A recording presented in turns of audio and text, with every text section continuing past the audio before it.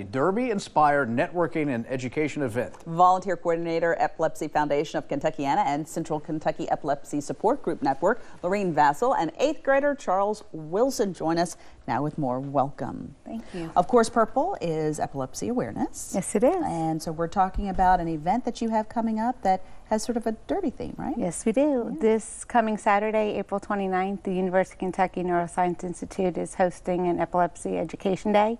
It's free. You do need to register, though, and the information will be up on the screen.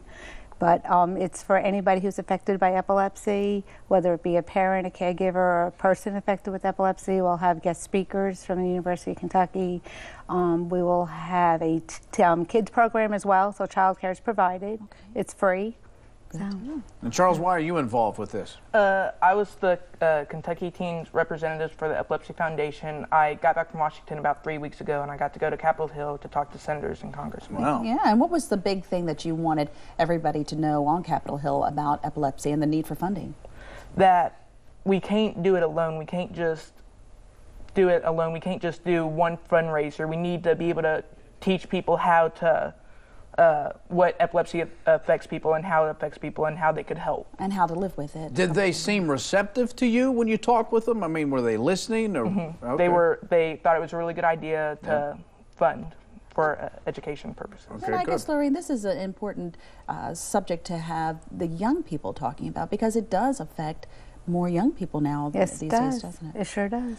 Let's talk a little bit about the support and treatment available here in our area and how people can, find it. Where do they go? Well, we have the Epilepsy Foundation of Kentuckiana is a statewide program that you can go to. They have a ton of support.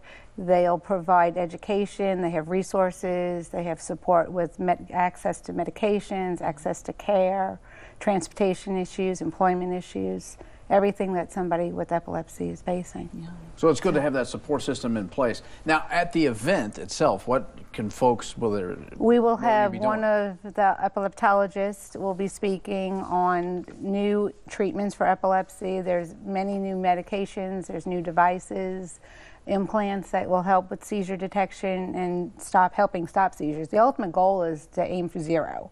Yeah. We want to stop the seizures. Now, there are service animals that help with this too. Yes, there are. What do you have in place that helps you to be able to detect a seizure before it happens? Well, it's mostly my mom. She knows kind of triggers. I have sometimes aromas, and if I get really stressed out about maybe like a test in school, then she'll have to watch me closely. Indeed, indeed. All right. Gotta love mama, right?